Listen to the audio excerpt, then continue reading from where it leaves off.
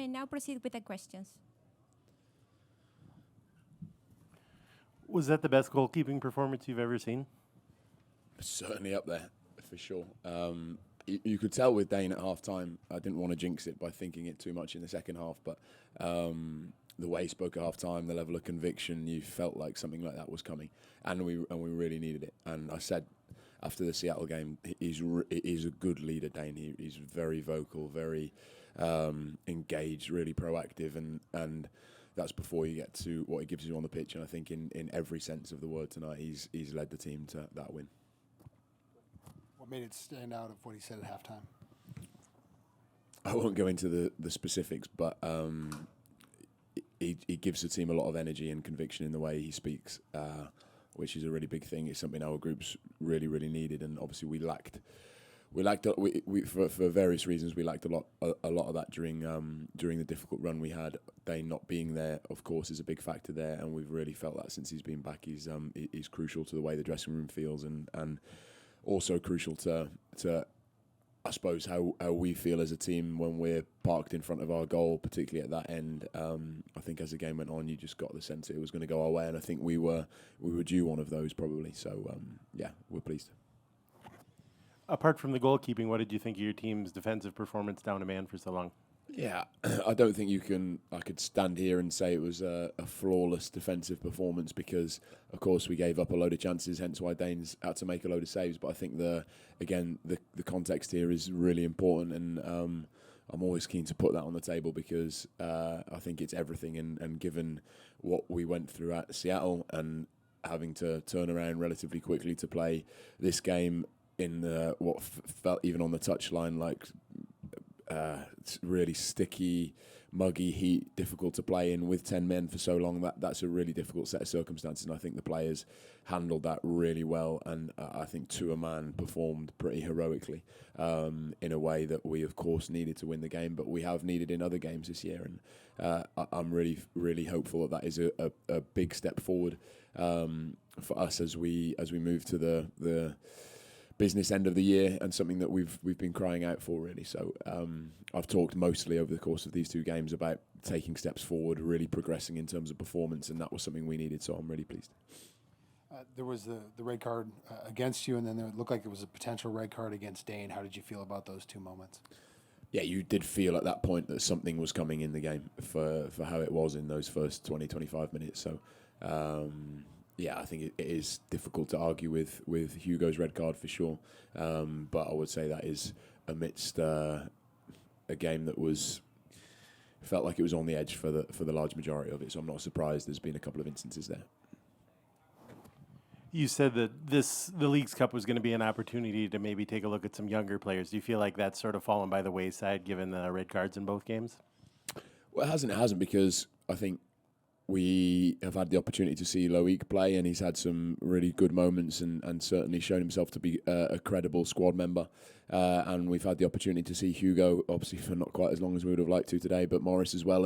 And they're guys, I mean, if you were to say 3 months ago that we would line up with or find a period of the game where you've got across the back five in one period or another, Carlos, Morris, Hugo, Loic, Dev at the beginning of the season, you'd find it hard pushed to think of the circumstances where that transpires, and that has happened, and those guys have done well. And I wanted at the end of this period in the Leagues Cup, for however long it lasts or lasted, to feel like we've progressed in terms of our depth, and I think in Hugo, Morris, Loic, you can say that. In Carlos, over the course of his time with us in the last couple of months, we've now got a very versatile, very credible MLS player that really gives us a lot, and I think they're particularly Hugo, Morris, Loic, they're the sorts of guys that you want to build a bit of a culture around because they're very coachable, really good guys, bring a lot of energy, very serious, want to get better, and they're the sorts of players that you want to work with.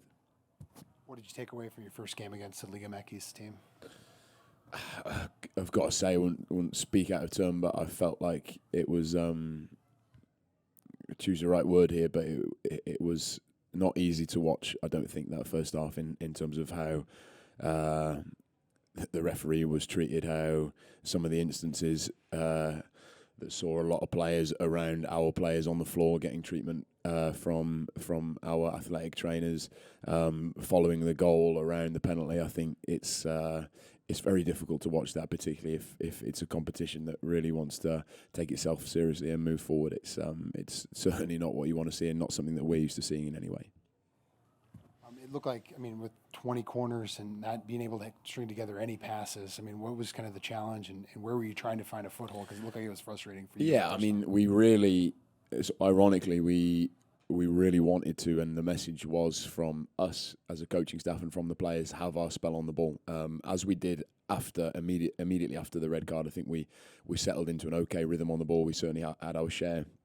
We were aware of the fact that attacking too quickly in this heat, playing forward into Tani too quickly, was going to mean that the team was very disconnected, and I think we settled in okay. But I will say, once you're in front of your goal and you're defending deep, and you haven't got as big an outlet on the front line as you would have with Tani and Timu, it is about attacking a touch more slowly. But I will also say the players are probably at their limit physically, and when they get the ball, it's very difficult then to show real composure and really handle the ball in a way that allows you to connect enough passes. So I could stand on the side for the entirety of that second half and shout at the players to show more composure and take more passes, but there is a limit to what they're able to do at that point. So I think we took our medicine, stayed on the top of the box, and showed a real desire to keep the ball out of the net, which was big. We've talked a lot about defending set pieces, and now your team has defended 20 in a game without giving up any goals. Do you feel their confidence growing a little bit? Yeah, obviously it's a big focus of ours at the moment. And it's been a big focus, ironically, for the entirety of the year. It's not something that we haven't talked about, haven't focused on. I think what's cost us in the last couple of months in that sense is the irregularity of the lineup and the number of times we're changing the back players, and that certainly doesn't help. We've used 3 goalkeepers over the course of this period. It's not conducive to defending set plays well. But since we found ourselves in this rut, we've really focused on it. We've done as much work, I would say, as we possibly could. Yet tonight we are vulnerable on set plays. Tonight it's probably more a volume thing, and the fact that you're down to 10 men, but it's something that we've really got to work at, and it will be a big focus over this period now between the Leagues Cup and the MLS for sure. You didn't make your 4th and 5th subs until the 91st minute. What went into that? Well, it was just based on the fact that we only had one opportunity to change left. We knew there were a couple of players that had said at half-time that they felt as though there was crump coming based on the heat, based on number of minutes. So we wanted to be really. It's a difficult situation to be in, that you can feel that you want to make some changes because you feel like you're under the pump with 20 minutes to go, but you make a change too early and someone gets injured. Suddenly you're down to 9 players. So we can look back and say we timed it okay because we ended up winning the game, but it was certainly a big topic of conversation for us on the bench, and you never got the sense that what you were doing was the right thing, but fortunately it's panned out as it did.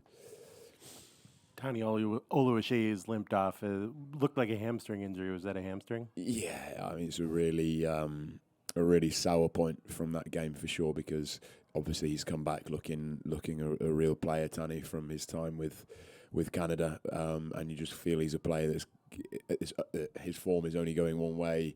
Hopefully his standing in the game, his career is only going one way, but he unfortunately has a history of those types of injuries, and it looks like there's perhaps another one that's occurred. So we're really hopeful that it's not as bad as it appeared, but we're conscious of the player's history, and of course it'll leave a big hole for us.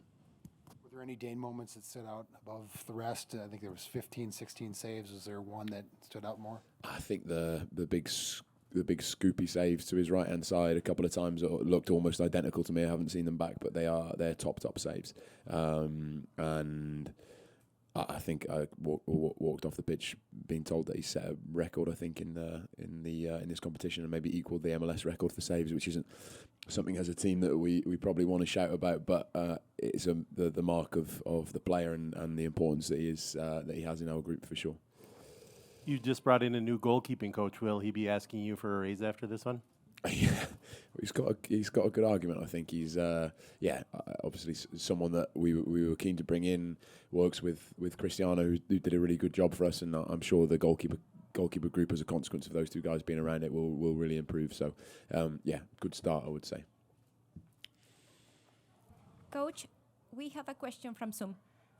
Adelante, Nico. Go ahead, Nico. Thank you. Coach, I just wanted to get your take on Fragapane's performance after you brought him on and understanding that his contract ends here in December. He's been surrounded by a lot of rumors and interest in Argentina. Where would you say he lies in terms of the importance to the roster and your objectives this year and, what he can do for the club from here to the end of the season? Yeah, I won't talk about the contract status because, to an extent, that's a conversation that involves far more people than me and Fragapane. But from the perspective of what he brings to the group, in a situation like the one that we were in, we wanted someone that was going to go onto the pitch and be able to handle the ball well, show a level of maturity, composure, and experience that would really add to us being able to handle the very difficult situation, and he did that for sure. So I would say that captures what we see in him, and he's obviously a player that on his day can really contribute to a group here. So someone that we really like to work with, and someone that, albeit doesn't start as many games as he would like for sure, is someone that we call on really often. So I think that in itself shows the value that he has to us. Joseph Rosales had a really, to me, an excellent first half, sort of playing a little more up front. What is his best position at this point? Yeah, it's difficult with Joe. He's in one sense it's easy in that he's got a lot of qualities. He's very versatile. I've always seen that in him.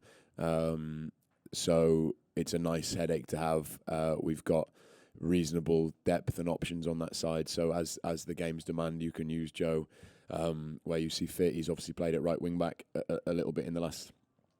In recent times and done fine. Someone who can really handle the ball, someone you can rely on to get the ball back inside the pitch from those wide areas, which is something that we often lack. And again, someone very athletic with real potential, really high ceiling. He's someone that we really try and push because we feel like he's got all the raw ingredients to go on and play at a really good level.